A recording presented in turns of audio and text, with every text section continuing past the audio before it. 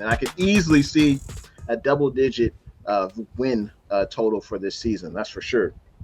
Sean Tuber says all AFC West teams are tough, plus the Cards and Rams. You made a great point, Sean Tuber.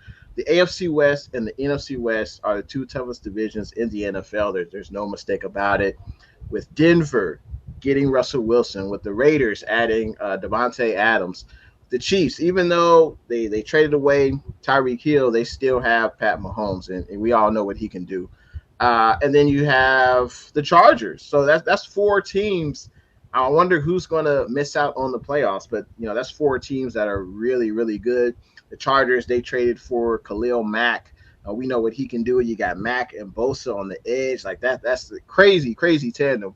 And then the NFC West, the Rams, I think they lost several starters. I think they lost 8 starters. But they added Allen Robinson. They added Bobby Wagner. They still have Matt Stafford, and he had, an incredible season. Cooper Kupp, he had one of the greatest wide receiver seasons ever. So the Rams are still formidable. The Cardinals, they will be without DeAndre Hopkins for the first 6 games, but they added some talent in the draft. They added a top-flight tight end. They added in 2 edge rushers after losing Chandler Jones. So, I don't think any team in the AFC West or the NFC West really took that many steps back. Some people may say the LA Rams because they lost 8 starters, but we'll see. We'll see what happens with that situation. And then you talk about the Seahawks. The Seahawks are obviously the worst team in the division right now. They did have, on paper, one of the best drafts that they probably had in a while. They added some offensive line help and a few edge rushers. So, I still think we're better on paper, definitely than Seattle.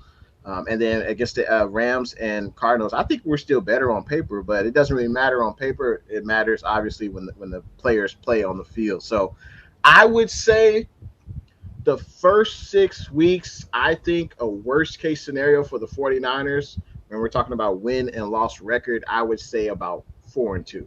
Obviously, the 2 toughest games are, at Denver and home against the Rams. But I think the other 4, I'm not going to say cakewalk, but we're clearly better.